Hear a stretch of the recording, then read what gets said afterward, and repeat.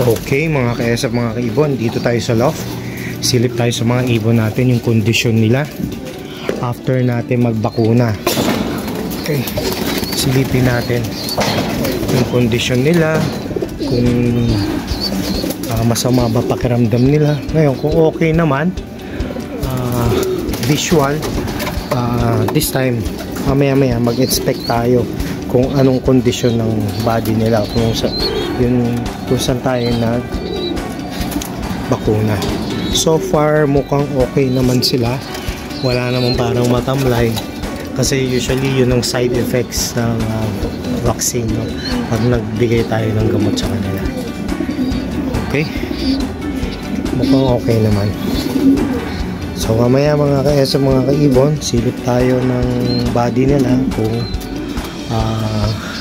masama pa pakiramdam nila. Maya maglo-low fly tayo, pero magche-check muna tayo ng ating mga ibon. Tignan natin kung okay ba yung bakuna natin. Tapos plano ko sa 15 or 3rd week bakuna tayo, or 1st week ng December tayo magbabakuna ulit. 2nd dose, tapos ang 3rd dose natin pagpalo ng katapusan ng siguro 2nd week ng January. Okay, kasi ang immunity ng kanilang vaccine dapat within 14 days. Okay mga ka-SF, mga kaibon, so upon checking ng ating mga ibon yung site ng pinag-inject natin, dito tayo nag-inject ito yung kill. So ito yung kill mga ka-SF, yan, ito yung kill, dito tayo nag-inject sa gilid. Upon checking, okay ang kanyang yung site ng bakuna natin, hindi naghematoma. Ano yung hematoma? Yun yung pagka nag-inject kayo tapos after ilang days mayroong pasa. Okay, check tayo ulit ng ibang ibon. Okay mga ka-SF, mga ka-ibon, ito check natin ulit ibang ibon to. Ayan. So in some cases po, pagka nag-inject tayo, minsan may napapansin tayong namumuti. Yun yung oil base, at minsan katagalan lumalaki. Pero itong ating site ng ating injection, wala namang hematoma. 2nd bird to. Okay, check tayo ulit sa last bird natin. The rest sa susunod ulit. Okay mga ka-SF, mga ka-ibon, so ito yung isang ibon natin na nag-inject ako, nagkaroon ng bleeding. Siya lang naman ng bukod tangi na siguro may nahit tayong vein. So tignan natin kung nag-hematoma. Ayan. Okay, yun yung hematoma na sinasabi ko. Para siyang nagpasa, pero okay naman. Mukhang nag-stop na yung, may nahit lang ako na vein. Kasi pag nag-inject tayo, hawak ko sila, tapos ginaganitong ko lang, tapos nag-hit tayo slanted, hindi pa ganyan, hindi direct, dapat nakaslant. Yan, ito yung sinasabi kong hematoma. Yan, pero okay na siya. Importante nag-stop yung bleed. Okay, ito lang naman sa out of 27 o 28 birds na binakunahan natin, siya lang ang may ganito, may tama, nag-bleed. Okay, tapos na tayo mag-check mga ka-SF, mga kaibon. Offline na tayo. Let's go SF team.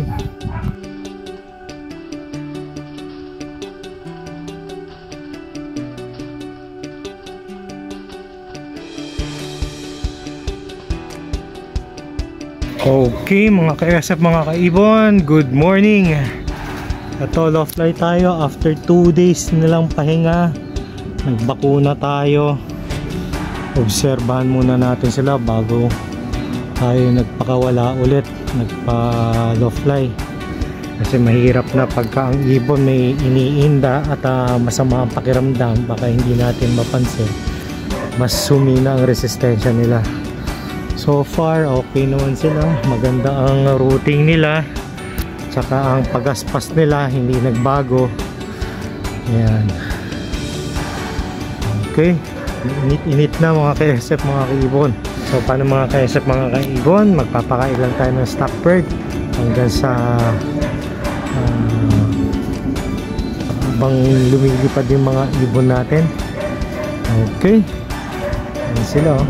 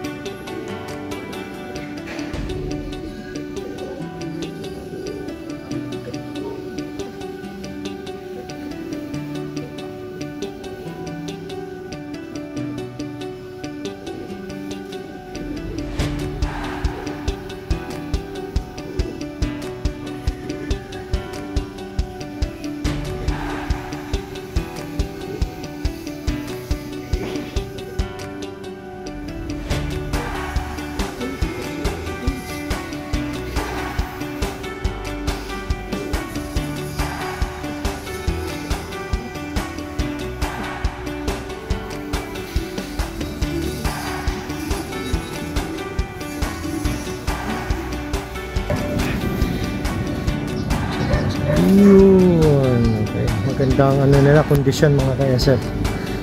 Okay, balikan ko na lang kayo ulit mamaya. Ang makukulit na ibon. Sige, parisan kayo ng parisan. Diyan kayo sa labas ha. Parang ilang pa to. May 5 tayo. Pero feeling ko 7 pa to eh. Ayaw nyo magsipasupan. Bahala kayo.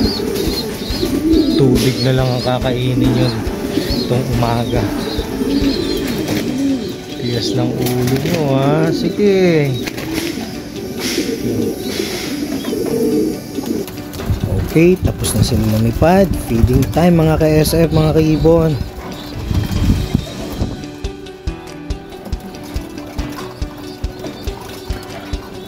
Yan mga ka-SF.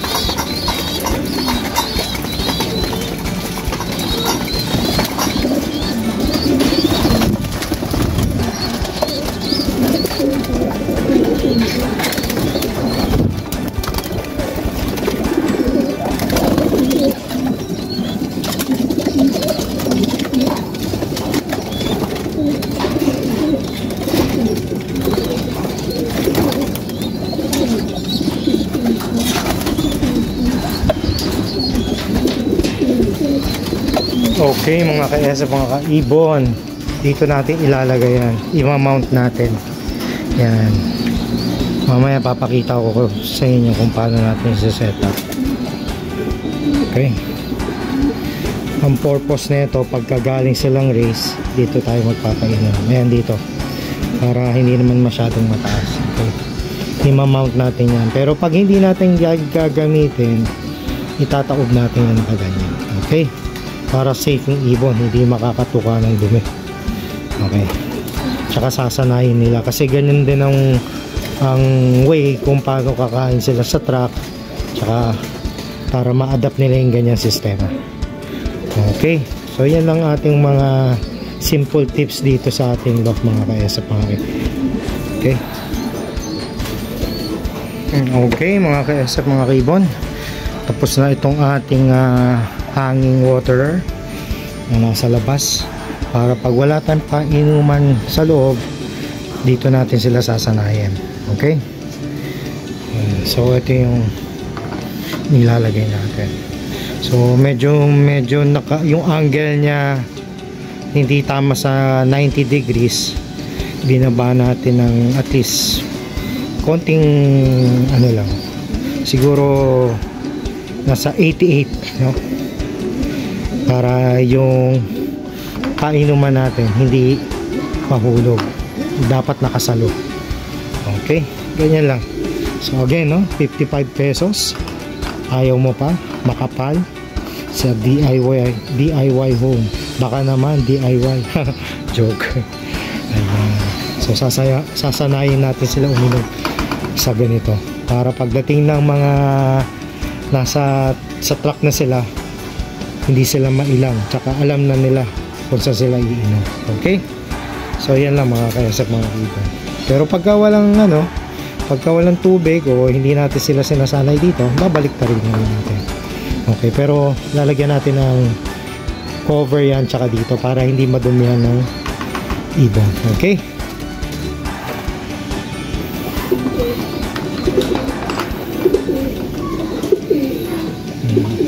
mga ka-SF, mga ribbon, ito subukan natin.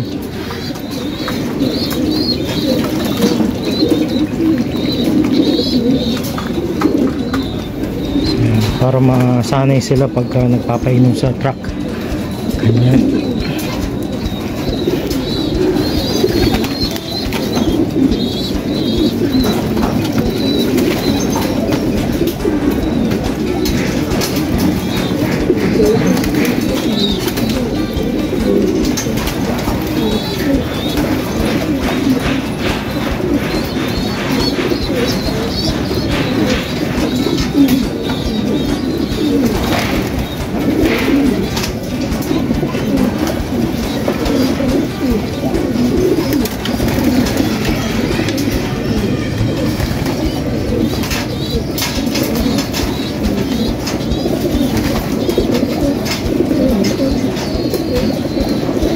Lalagyan pa natin ng cover yan mga ka-SF.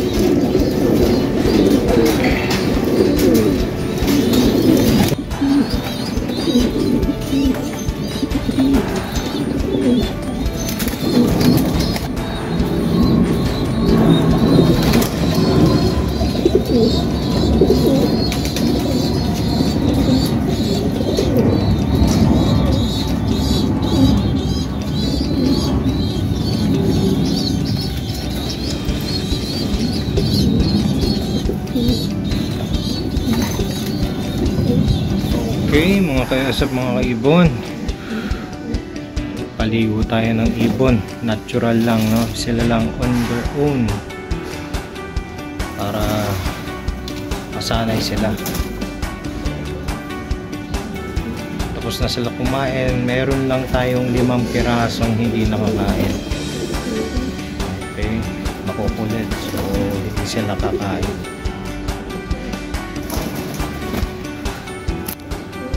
Moro na sila kakain mga kayasap, mga kaibigan.